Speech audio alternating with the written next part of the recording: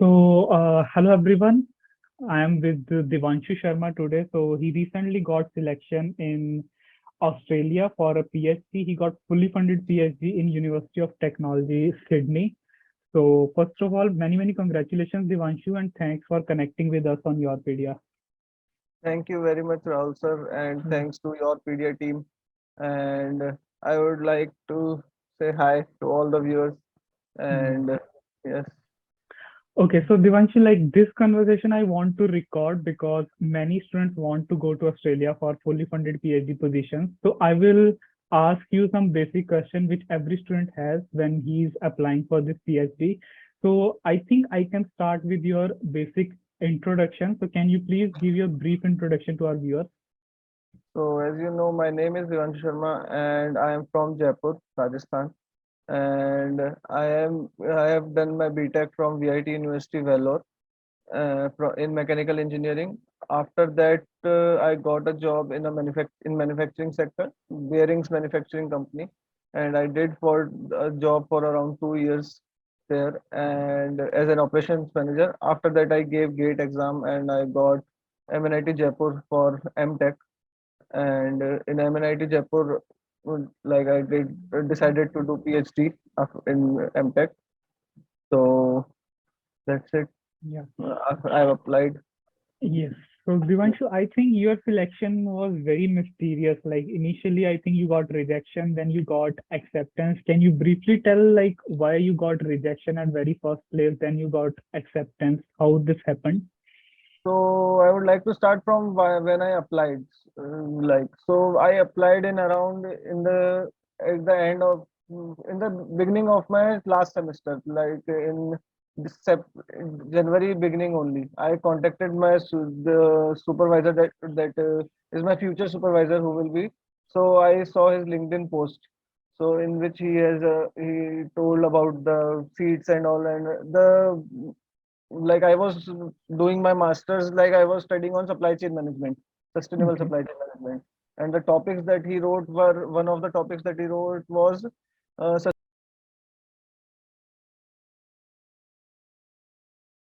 supply chain resiliency. It was based on supply chain resiliency.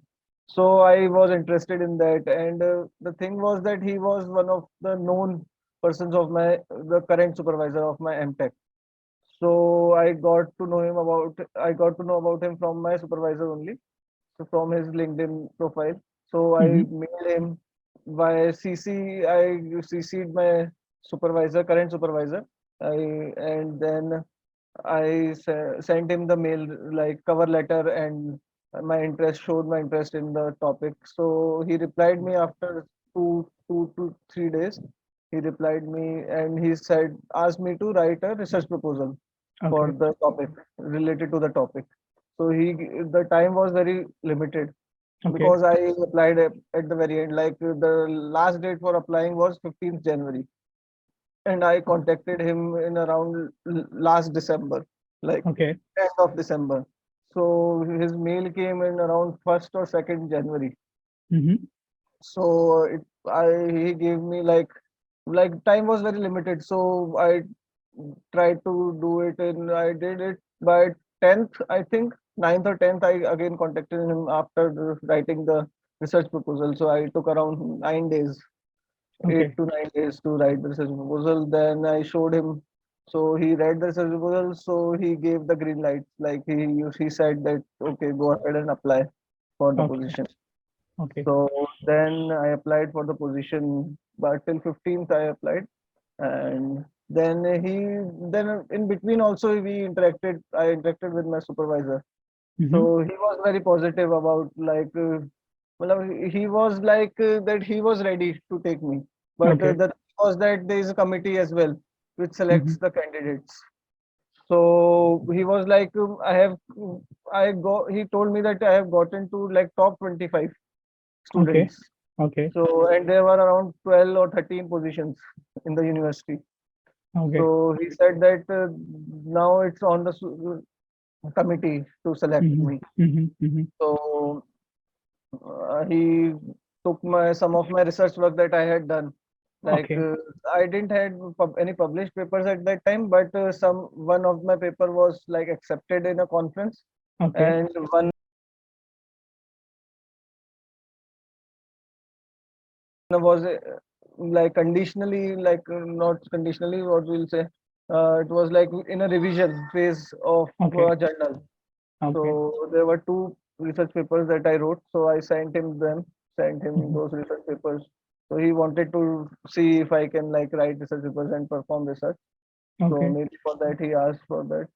But after 3 months, the result came and I got rejected. I got You got rejection from, rejected. yeah, Okay. yeah, I got After all rejected. these steps, you got Yeah, rejected. yeah, Okay. yeah, yeah. I was very positive that 90% chances are there that I will get selected because professor was fully convinced and he also wanted me to join. Okay. So, but the thing was that the committee also was there. So I think maybe they would have found someone else better. Hmm. Yeah. So This maybe happens. supervisor has maybe shortlisted 2 to 3 candidates for himself. So Okay. maybe we would have find someone better. So I got rejected at that time. Then I also applied for 2 or 3 universities. I didn't apply for many universities. Hmm. All the universities and the professors under which I applied were mostly the contact from my professor's contact on Instagram. And sorry, not Instagram, LinkedIn Okay. and all. So one I applied in University of Manchester, Hmm. and one position I applied in Durham University. Okay. So I then after some time I got rejection from both of these universities. Okay. So after that I was like I don't know. But by that time I had applied for IITs as well for Okay. PhD. So after some time I got selection from 3 IITs. Hmm. I got selection from IIT Roorkee in industrial engineering, IIT Kharagpur Hmm. industrial systems and engineering. I think there is a separate department for that, Okay. and in IIT Hyderabad Okay. in management department, the management department. So Hmm. I got selection from these three. So I selected Roorkee, IIT Hmm. Roorkee, because I was confident about who will be my supervisor in Roorkee, Okay. and he was very like he was one of the legends in the field in Okay. like That makes India. sense. So Yes. yeah, so I because if we like compare IIT Roorkee and IIT Kharagpur, Hmm. mostly people will say IIT Kharagpur is better, and it is better. Hmm. If I will say if I compare the universities, then IIT Kharagpur is better, and because Hmm. there is a separate department for the industrial engineering Hmm. and systems, so it is better if we consider that way. But because I was not confident who will be my supervisor, I didn't know, so I Hmm. didn't wanted to take If risk.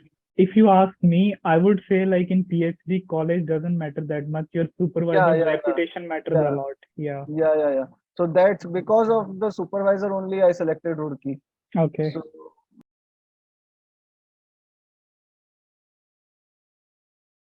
and I was not certain that who would be my supervisor in that, and I didn't want to take any risk Okay. in Kharagpur. Mm-hmm. So I selected Roorkee. Then I submitted the fees as well. I submitted Okay. the fees on 4th July. Okay. Then I was like prepared to go to Roorkee.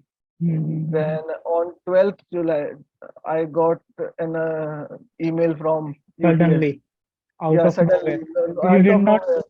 you did not connect professor again, but suddenly you got acceptance, Yeah, yeah, right? yeah. I didn't Okay. connect with. I was like heartbroken. Like I was like pretty confident at that time that I would get selected. Then I was like, I don't want to Mm. go. So how were you feeling when you suddenly got acceptance letter from Australia? I didn't believe it. Initially, when I saw a mail from UTS, I was like, Mhm. there would be some news or something like social Okay. media type of email or Oh, yeah, yeah, yeah. We but got sometime. Yes. yeah, yeah, yeah. So but it was in my primary section of the email. So I was Okay. like, let me see, like, what is that? So I was just overlooking that, like it would Hmm. be something else. And And it was a very great feeling. Actually, I remember when I got my acceptance letter, I was uh, feeling out of the world. yeah, yeah, Yeah. I, because I knew about the supervisor and I had mm, like learned about the supervisor that he is very nice person and he's like he know things which are very mm, latest. in the Okay, market, okay. and you can do research in very latest Hmm. areas. So Hmm. he is also not very old. He may Yeah. be less than 40. His age is less than 40, I think. Hmm. So Divanshu, I have a very specific question on the behalf of students, which I want to ask. First Yeah, of all, if you want to go Australia, in yeah. which month you should start your preparation? If you want to go just after your master, what do you think? In which month you should start your preparation? Like if you are like purely focused on like I have to go abroad or to go in Australia itself. First of all, I think the regular pattern would be like you should mail all the professors and universities like where the course that you want to join is present, Hmm. and the Okay. professors, mainly the professors who are doing performing research in your field. Like Hmm. in my field is like not much research is done in that field. Like Okay. it's mostly like a management type of field. Yeah, understand. Yeah. See, the MBA is only most people do MBA or MS, and they get Hmm. jobs, really good jobs in these fields. Yeah. So research is very less, but like in that university UTS, there I could find only 2 to 3 people who were doing research in the field of supply chain management. Okay. Such big university. Okay. So, and one of was my supervisor, one was my co-supervisor, Hmm. which would be my future So co-supervisor. when did you send email in the month in the last of December, right?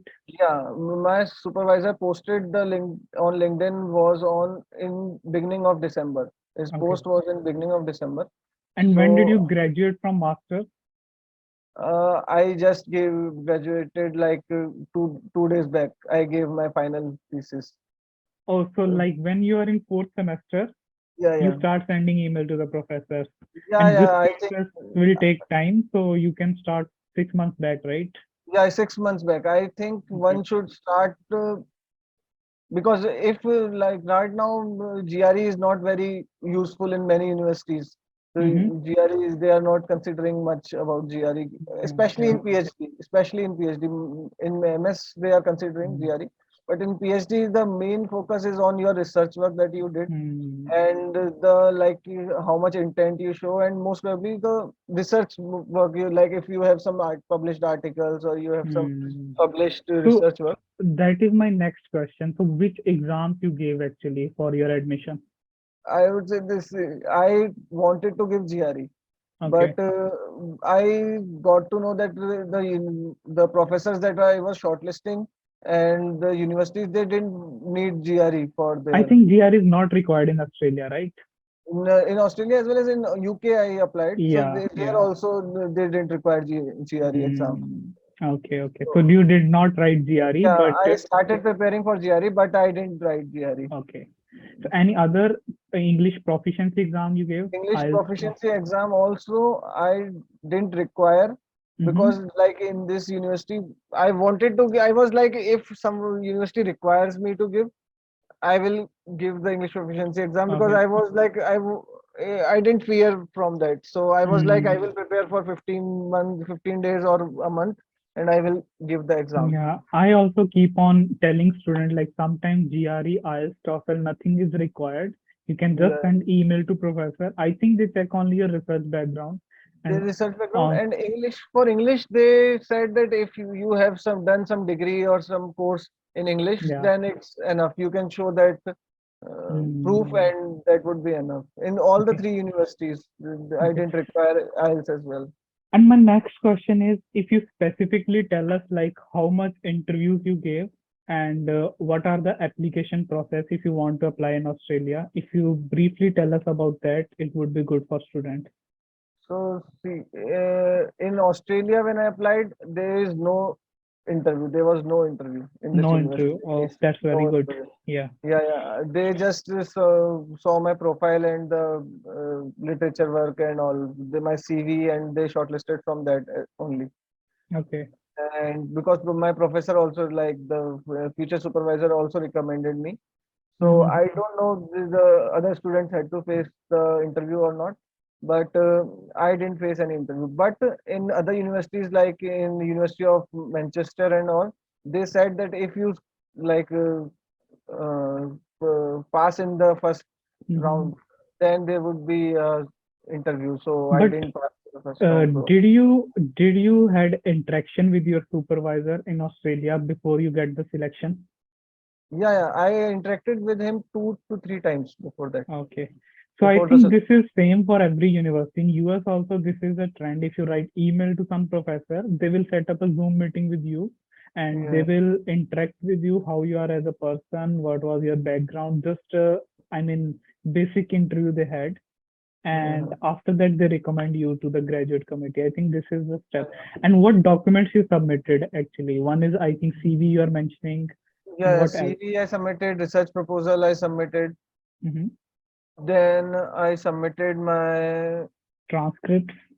transcripts, all the transcripts. Then English proof of my English studies. Okay. Is there So any cover letters or yeah, SOP? cover letter I submitted to the supervisor. Okay. So maybe he had, because in cover letter I didn't require in the application process, Okay.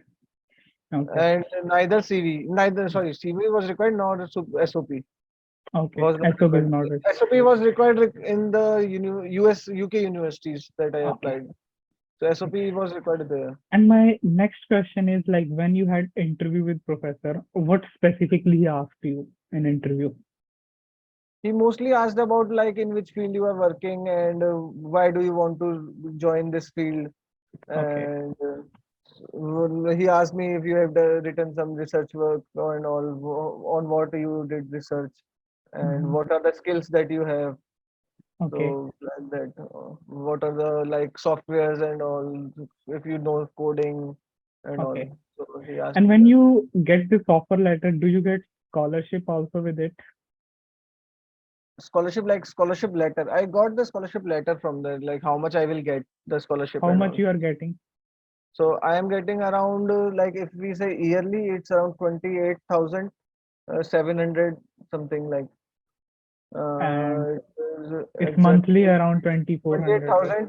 28,854 Okay. Australian dollars. Okay. That's really a great thing. Yeah. So you don't have to do any part-time, just study and get Yeah, yeah. stipend.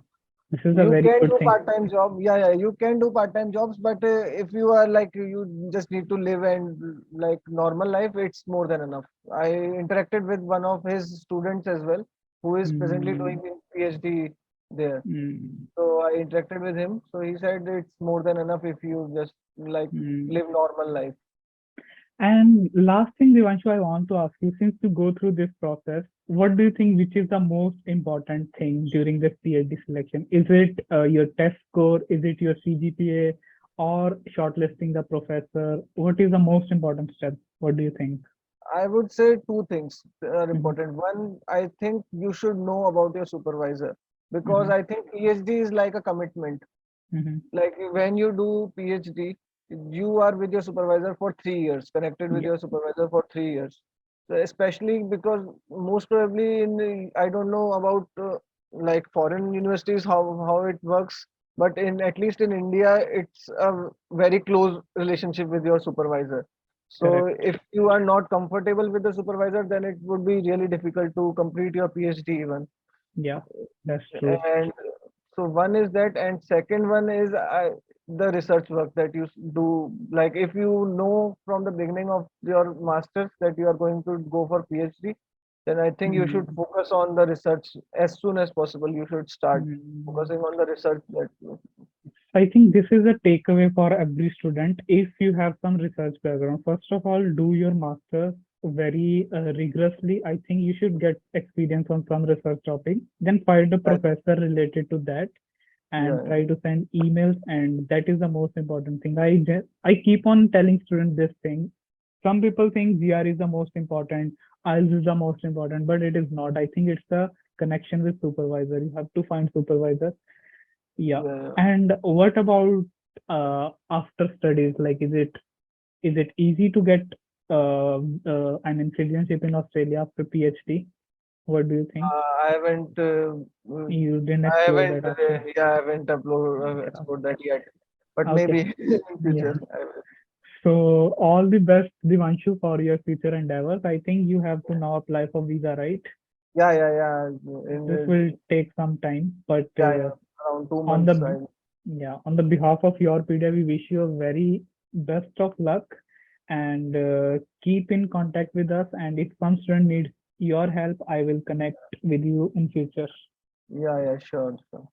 So thank you, Thank you. Divanshu. Thank you, sir.